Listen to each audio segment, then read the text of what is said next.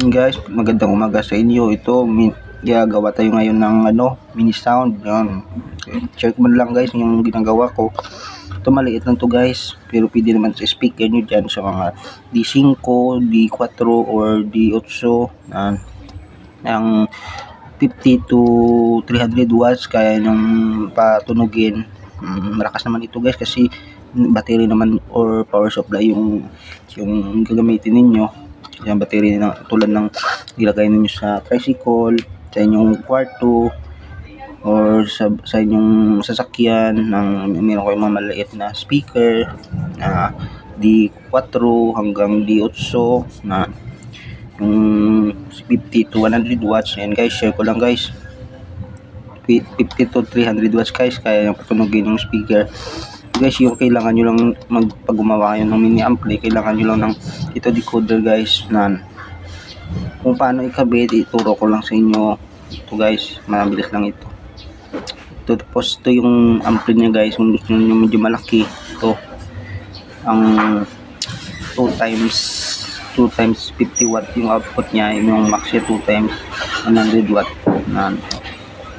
Ito yung maliit na ampli guys, na mayroong IC na 2 times 10 watt, 2 times 20 watt max. Ito yung step up guys, para sa inyong supply, gusto nyo pataasin yung supply. At ito naman yung tuner nya guys, na mayroong bass, treble and volume. Kailangan nyo rin ng mga wire guys, ito para sa power. Ito kasing ginagawa ko guys is para ito kasi guys sa motorcycle ng kilala ko, magawa siya sa akin. Ito kailangan nyo kasi guys nito ng Bluetooth decoder, kasi para magamitan nyo ng USB at saka SD card, saka aux, saka pwede nyo ma-play gamit itong Bluetooth decoder ito guys. I-connect nyo lang ito dito guys. Ito yung output nya, yung 4 na connection. Tapos ito naman yung sa power supply nya. Ayan. Pag bumili kasi kayo nito guys, parang ganito yung output, pero may isa kasi na ba yung yaset. Pero tingnan nyo lang dito guys, ayan, nakasulat naman dyan. Ayan, input, output, ayan, left, right, ground, ayan, live, right, RO, right output, LO, left output, ayan, sa tunga yung ground, at saka sa gitna yung ground, at saka yung antenna ito guys. Yan, ibig sabihin ito yung 4, ganyan siya. Ito dito lang nilang sinulat. Tsaka yung out niyan guys, ito yung output ya, ito yung input ya. Sa output niya naman, para ito guys, para makonect yung lagyan nyo ng yung aux, o para sa TV magdagdag kayo ng aux RCA audio output na pag gusto nyo lagyan. Ito wire lang kayo, suldain nyo lang dito, pero ito nakasulda na. Tsaka ito ng wire nya guys, may dalan na dito. Yan, lagay nyo lang ito para sa kanyang input, output, ground, left output, ground, right output, input guys. At saka ito yung ito yung signal antenna. Plug nyo na lang dyan guys. Ito yung input, itong yung output ito guys, para magamit nyo itong Bluetooth nya ng decoder, connect nyo dito sa amplifier. At yung dalawa kasi yung pinakita ko, pero isa lang itong gagamitin nyo guys kung gusto nyo 20 watt o 50 watt. Ayan, ito yung sa supply nya guys, yung sa DC 5 volt or 12 volt, pero mas maganda 12 volt yung gamitin nyo guys, kasi para ma-play yung kanyang USB.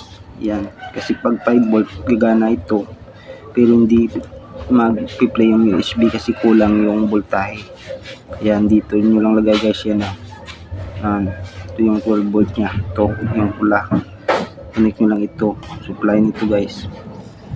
At saka galing dito, connect nyo dito guys. Kapag bumili kayo nito, mura lang ito, siguro around below 100 pesos lang ito guys. Ito below 50 pesos lang ito guys. Around 100 to 120 guys kapag binili sa Shopee, pag maka-free shipping kayo. medyo yan ang presyo, pero pag na-shipping, dagdagan nyo lang ng shipping. Ito naman guys, para sa supply, yung step up ito, booster, para pag yung 12 volts convert mo siya 24 volts pwede. Yan. At ito naman tuner nya guys, kung gusto nyo lagyan ng tuner, ang work kasi nyan, baling dito mag-wire kayo ang ganyan. Ito yung output, ito yung voltage, DC power, ito yung output. Yan guys, lagay nyo lang dyan, yung plug nyo lang dyan, tapos yung out nyo nito, tatlo itong out. Kasi ito wala na, ito kasi nasa antenna kasi ito ng FM. Yan, ito yung tatlo yung puti. Yan, lagay nyo lang dito guys sa input. Ito yung amplifier nya guys. Itong input niya guys ng input niya, yan, ground, left, right, ng tatlong wire. So tatlong wire nito, lagay nyo lang dito guys, na tatlong wire.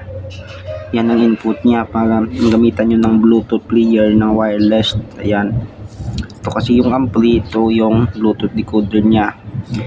So pag na-connect nyo na dito guys, kailangan nyo rin to supplyan ng power. Ito yung ground and VCC, ito yung negative, positive nya. Connect nyo lang dito guys, power nya. Itong power nya kasi guys, itong board kasi nito, kailangan 12 volts ito hanggang 24 volts. Pag 24 volts mas maganda kasi para malakas yung tunog. Pero pag 12 volts okay lang naman, matakas din.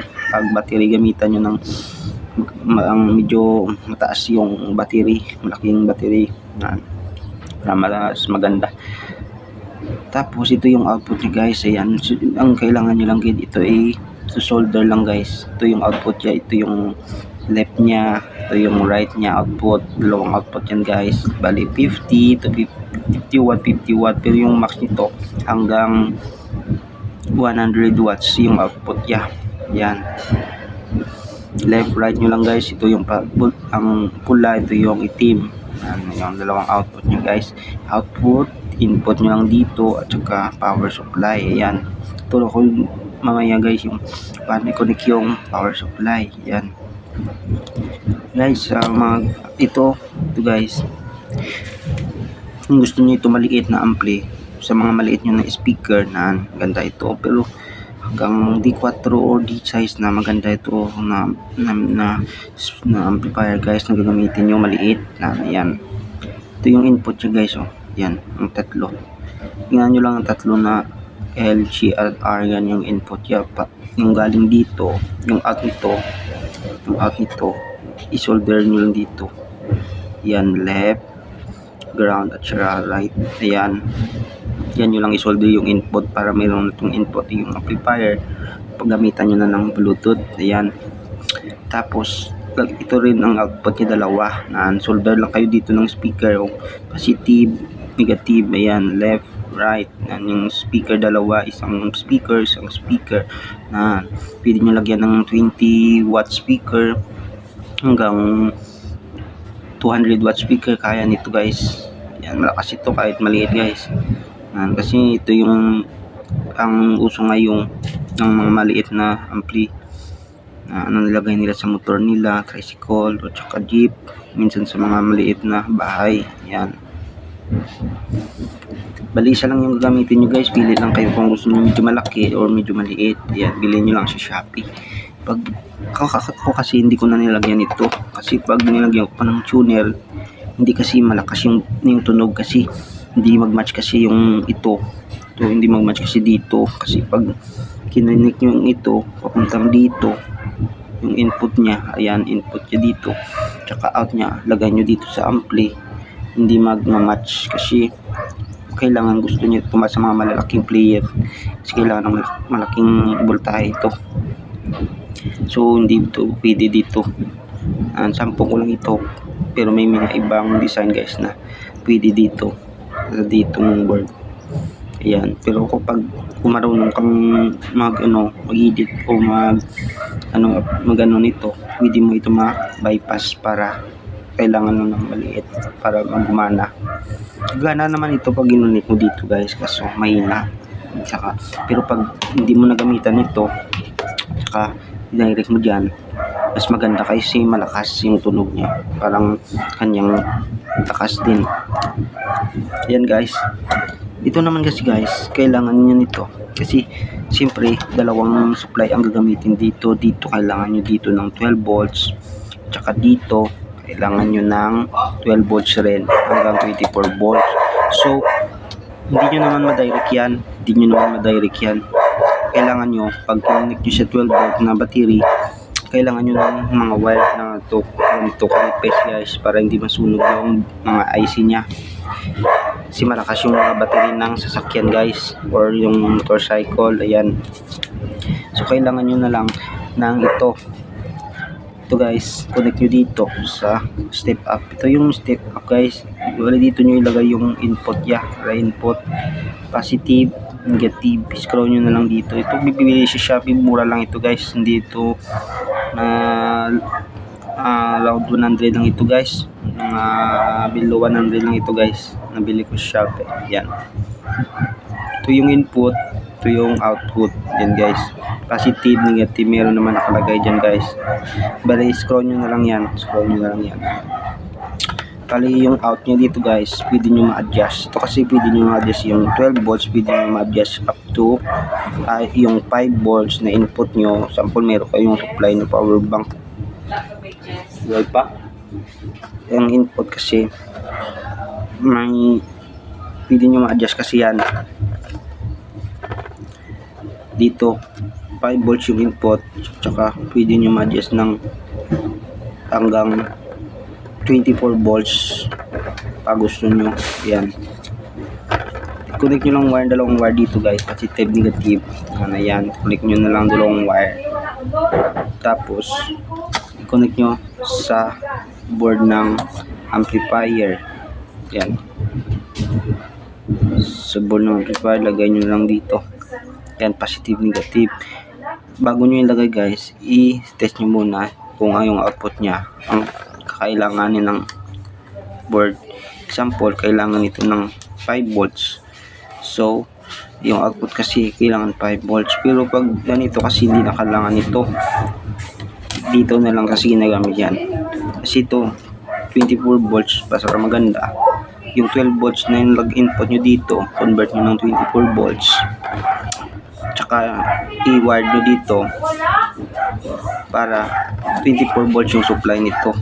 Yan, tapos dito naman 12 volts, pwede nyo ito i-direct na lang sa battery, hindi nyo na i-connect dito kasi 12 volts naman ito, hindi ito 24 volts. Pag nilagay nyo 24 volts dito, masusunog.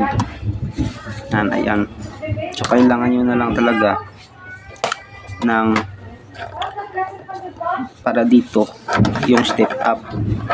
Pag dinirect nyo kasi pwede naman, pero kasi ito pag ginamitan nyo ng power bank, ng maliliit na power bank like ng cellphone, hindi nyo naman gusto nyo ng di battery na power bank supply, kasi yung power bank 5 volt kasi yan.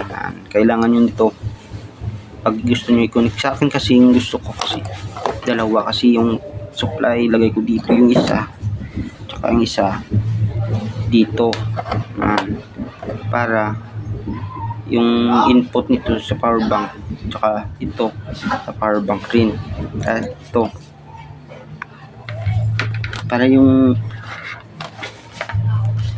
ito kasi yung gagamitin kong board dito, kasi gusto ko sa power bank lang naking gagamitin yung supply.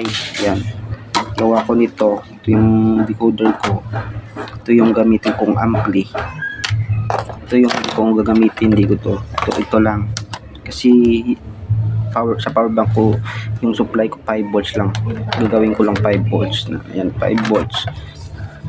Ito kasi 5 volts lang ang kakailangan supply. Yan guys, 5 volts kailangan. So pwede dito gamitan ng USB. Yan, positive, negative. Ayan, positive, negative. I-solder nyo lang dito yung para meron ka ng USB. Yan, yung USB nito saksak mo lang sa power bank na Yang power bank sa CP yan guys, na mayroong USB input. Yan, yung sa mga CP na power bank pwede yan guys. Si 5 volt yan eh. Tapos meron na akong power supply dito guys. So kailangan ko naman ng para dito. Ito 5 volt pwede ito, pero gawin ko itong 12 volt yung supply para apply ko yung USB nito. So kailangan ko dito ito, kunin ko dito, input ko dito 5 volt tapos kunin ko ito sa power bank rin. Bali dalawa yung kunin ko sa power bank. Yan, dalawa sila. Si power bank kasi dalawa yung input ang pwede mong masaksakan ng USB. Tapos connect mo dito yung input ya. Ayan, wired mo dito yung positive negative. Ayan guys, ang yung red yung positive. Kung wala, pwede nyo gamitan ng tester guys para malaman nyo kung saan yung positive. Sure nyo lang na yung wire is hindi baliktad para gumana. Ayan, connect nyo dito guys yung wire. Tapos i-adjust nyo ito guys, yung trimmer nya. Adjust nyo papunta dito, papunta dito clockwise para hanggang i-test nyo na yung output pag 12 volts na. Pag na 12 volts nya i-set nyo, adjust nyo ito hanggang mag 12 volts. Pag nag 12 volts nya yung output nito guys, pwede nyo na mawirean ito, lagyan nyo ng wire, connect nyo dito guys kasi 12 volt ito para gumana ito sa kanyang voltahe. Pag nakunik nyo guys, ayos na yan. Ito baling ang labasan yan, dalawa yung supply nyo. Ito yung sa player na step up. Pag ito yung sa ampli, direct nyo na lang sa ampli. Yan, tapos i-connect nyo na, i-solder nyo na lang yung mga input ya. Tapos yung output yung dalawa, i-solder nyo, lagyan nyo ng wire pag gusto kayo. Tapos gawin nyo ng box. Ako kasi ito kasi dito ko kasi lagayan sa plastic box. Yan, pangbutasan ko lang yan para madalian na lang. Ang importante, gumagana at magandang tunog sa speaker ng nagpapagawa sa akin guys. Kasi kunikya ka ito kasi gagamitin niya sa dalawang D8 na 200 watts siya guys, pero okay yan guys, gagana yan, malakas yan kasi nagbe-base naman yan sa battery ng kanyang motorcycle, yung kanyang tricycle, nagbe-base naman yan kasi guys. Ayan, mayroong itong remote guys, dala ito remote nito kasi hindi pwede naman kasi gamitan ng equalizer guys. Mayroon equalizer kapag naka-jazz or naka-concert yung tunog, pwede nyo gawing ROM, equalizer ganyan ng tunog nito.